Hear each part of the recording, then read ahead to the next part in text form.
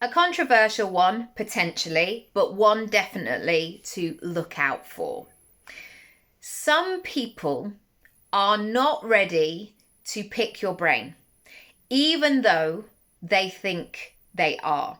Even though they think having the call, having the coffee, having the Zoom, having the afternoon, whatever it might be exactly what they need because they want to be in your energy. Sometimes they're not ready for the thing.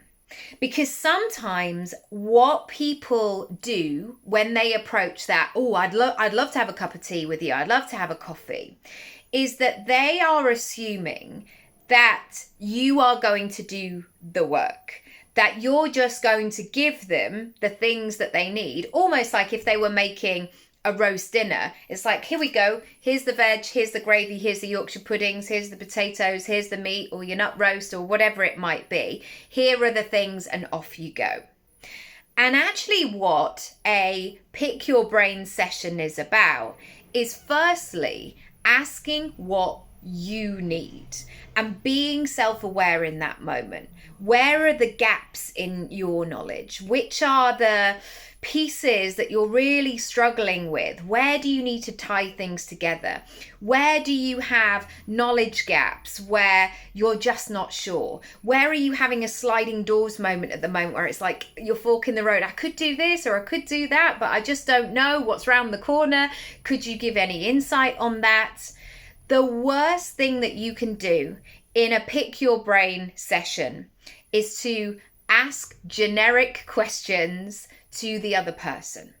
So I, for example, did a favor of a favor of a favor to a person of a person of a person. I'm not going to go into details about being a professional actor, about going to drama school. And this person I knew was not prepared for this interaction. They were maybe like, the mum had just said, oh, can you do this? Yes. If that had been me as an 18-year-old, I'd have been like this, ready with my pen and paper. I've got my questions. I've sent them in advance, although it wasn't email. But, you know, I would have been really clear. I was like, I've got 17 minutes with this person. I really want to maximize the time. There have been some people who have turned up on calls with me in a dressing gown, just woken up out of bed, like going, okay, cool. So, do you want to like tell me sorts of things you've done? You can Google me. You can find out that. You can read my CV.